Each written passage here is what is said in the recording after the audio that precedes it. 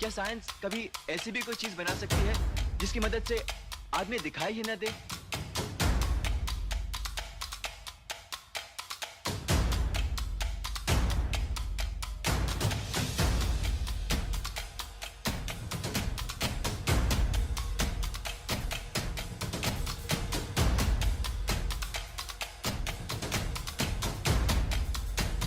आदमी दिखाई न दे, ऐसा फॉर्मूला ये कैसे हो सकता है? कहानी नए तूफान की। हेलो दोस्तों, मैं हूं प्रकाश विश्वकर्मा। स्वागत है आप सभी का बॉलीग्रैड स्टूडियोज में। पीटर 1.0 के तौर पर ये मेरी लास्ट पोस्ट है। मैं मर नहीं रहा, पूरी तरह बदल रहा हूं। ओह, विज्ञान से मुझे कितना प्यार है। ब्रिटेन के वैज्ञानिक पीटर स्कॉट मॉर्गन दुनिया और मानव इतिहास के पहले पूरे साइबोर्ग बनने जा रहे हैं, यानी वह मनुष्य से पूरी तरह रोबोट बनने की तरफ है। ये बात चौंकाने वाली जरूर लगती है, लेकिन ये सच होने जा रहा है। एक जानलेवा बीमारी से जूझने वाले पीटर की माने तो उन्होंने विज्ञान की मदद से अपनी जिंदगी बढ़ाने के लिए पूरे रोबोट में तब्दील होने का फैसला किया है, जिसे वो पीटर 2.0 कह रहे हैं। आर्टिफिशियल इंटेलिजेंस की दुनिया में ये घटना वाकई एक इतिहास के तौर पर दर्ज की जाने वाली है। एक वैज्ञानिक तकनीकी तौर पर मरने के बाद एक रोबोट के तौर पर जिंदा रहेगा, यानी कहा जा सकता है कि वो आधा इंसान और आधा रोबोट होगा। ये सब कैसे मुमकिन हो रहा है? साइबोर्ग क्या है और पीटर मोटर न्यूरॉन नामक जिस जानलेवा बीमारी के शिकार हैं वो क्या है? विज्ञान और तकनीक के साथ जुड़ी मानवीय जज्बे की एक चौंकाती कहानी। 61 वर्षीय पीटर के हवाले से दुनिया भर में खबरें हैं कि वो 2 साल पहले मोटर न्यूरॉन यानी MND या ALS नाम की बीमारी के शिकार हो गए थे। इसके बाद उनके बचने की कोई सूरत नहीं थी। उन्होंने मौत स्वीकार करने के बजाय इसे चुनौती के तौर पर कबूल करना चाहा और खुद को एक पूरे रोबोट में बदलने का फैसला किया। विज्ञान और अत्याधुनिक तकनीकों की मदद से उन्होंने अपने इस फैसले को साकार करने की राह पकड़ी। पीटर को पूरे रोबोट में बदलने के लिए डॉक्टरों और वैज्ञानिकों ने कई तरह की सर्जरी की है। उनके शरीर के फूड पाइप को सीधे पेट से कैथेटर को ब्लैडर से जोड़ने के साथ ही एक वेस्ट बैग भी जोड़ा गया है ताकि मल मूत्र साफ हो सके। चेहरे को रोबोटिक बनाने वाली सर्जरी की जा चुकी है, जिसमें कई आर्टिफिशियल मांसपेशियां हैं। खबरों के मुताबिक 10 अक्टूबर को की गई आखिरी सर्जरी में उनके दिमाग को आर्टिफिशियल इंटेलिजेंस से जोड़कर उनकी आवाज भी बदल दी गई। मनुष्य और AI के सामंजस्य की बेहतरीन मिसाल बनने जा रहे हैं। पीटर एक साइबोर्ग आर्टिस्ट के तौर पर कैसे काम करेंगे? DXC टेक्नोलॉजी की रिपोर्ट की माने तो AI वो डेटा इस्तेमाल करेगा जो पीटर का डिजिटल फुटप्रिंट या लेख, वीडियो, इमेज और सोशल मीडिया आदि तैयार करेगा। कुल मिलाकर होगा ये कि AI की मदद से पीटर का रोबोटिक हिस्सा विचार, अनुभव और तस्वीरों को पहचानेगा। पीटर एक थीम देंगे तो AI उसका स्वरूप बताएगा। पीटर ने खुद इसे कायापलट कहा और ये भी कहा कि वो इंसान जैसे जब रोबोट बन जाए तब उन्हें पीटर 2.0 के नाम से पुकारा जाए। पीटर के इस कायापलट के लिए दुनिया की बेहतरीन टेक्नोलॉजी कंपनियों ने अलग अलग काम किए। जैसे DXC ने पीटर के शरीर में lead system integrator, cyborg artist और एक होस्ट लगाया।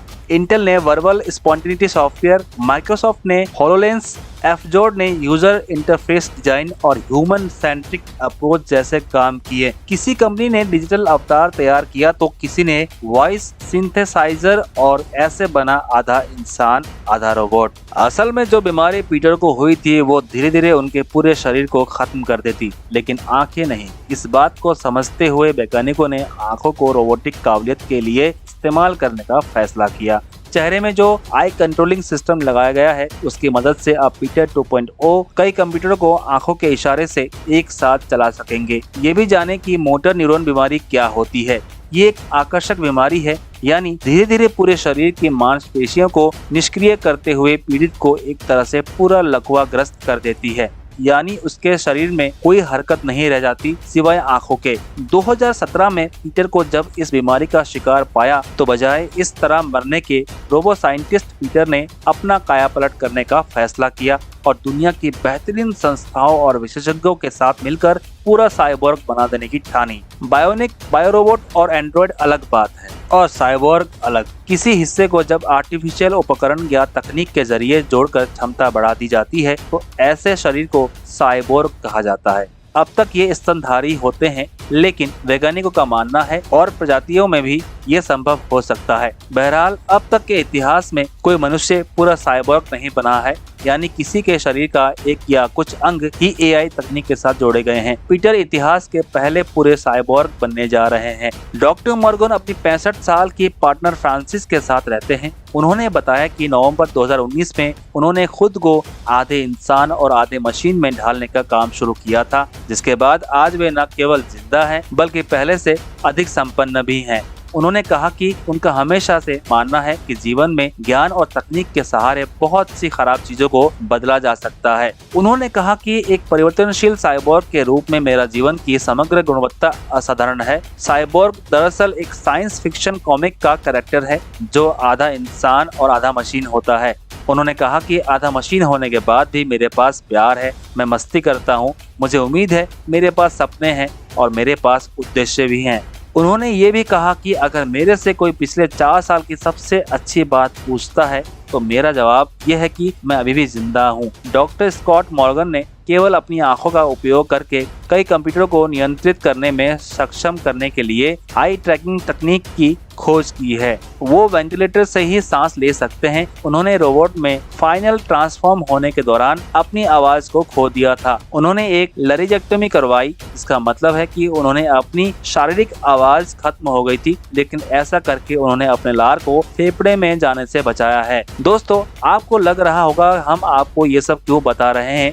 आपको बता दें कि रोबोट्स की पूरी हिस्ट्री और ये पीटर स्कॉट मॉर्गन की कहानी आपको देखने को मिलेगी रोबोट 3 में। तो दोस्तों, आज के लिए इस वीडियो का यहीं पे करते हैं अंत। अगर आपको ये वीडियो अच्छी लगी तो लाइक, शेयर, कमेंट करना ना भूलें और चैनल को सब्सक्राइब करना ना भूलें। तब तक के लिए टाटा बाय बाय, मिलते हैं अगले वीडियो में।